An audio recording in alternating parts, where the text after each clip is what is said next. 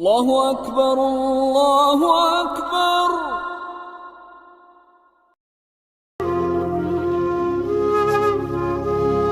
ایک مرتبہ ایک شخص دریا کے کنارے کھڑا ہوا تھا، انتظار کر رہا تھا کہ کوئی کشتی والا آئے تاکہ وہ دریا کے دوسرے کنارے تک پہنچ سکے، مگر کافی دیر انتظار کرنے کے بعد بھی کوئی کشتی نظر نہیں آئی۔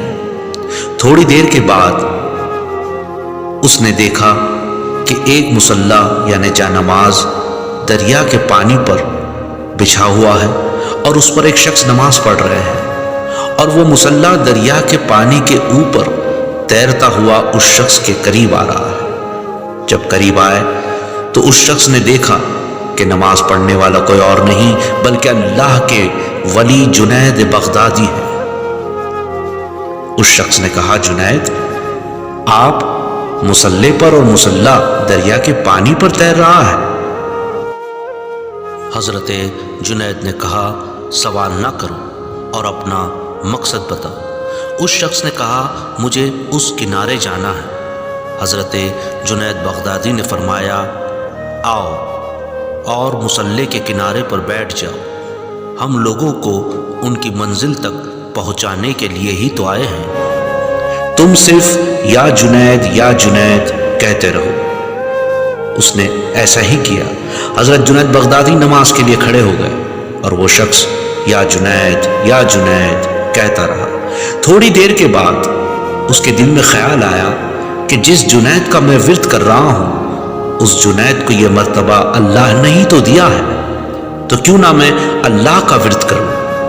اس نے یا جنید کہنا چھوڑ یا اللہ کہنا شروع کر دیا۔ جیسے ہی وہ یا اللہ کہنا شروع کیا، جس جگہ پر وہ بیٹھا تھا مصلی کا وہ حصہ دریا کے پانی میں ڈوبتا چلا گیا۔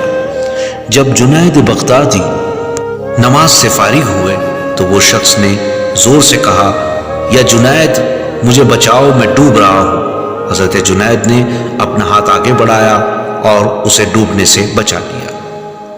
حضرت جنید نے کہا کہ میں نے تجھ سے کہا تھا کہ یا جنید کہتا رہے۔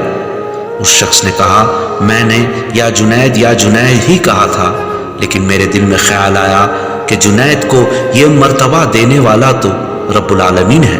حضرت جنید نے فرمایا کہ بے شک اللہ تبارک و تعالیٰ نے ہی مجھے یہ مرتبہ عطا کیا۔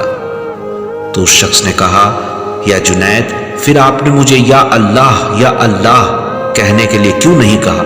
کیوں کہا کہ یا جنید کہتے رہو؟ جنید بغدادی مسکرائے اور کہا، بیٹا، پہلے تو جنید کو تو پہچان لے، اس کے بعد جنید کے رب کو پہچاننا۔ جب تو جنید کو پہچان لے گا تو جنید کے رب کو بھی یعنی اللہ تعالیٰ کو بھی پہچان لے گا۔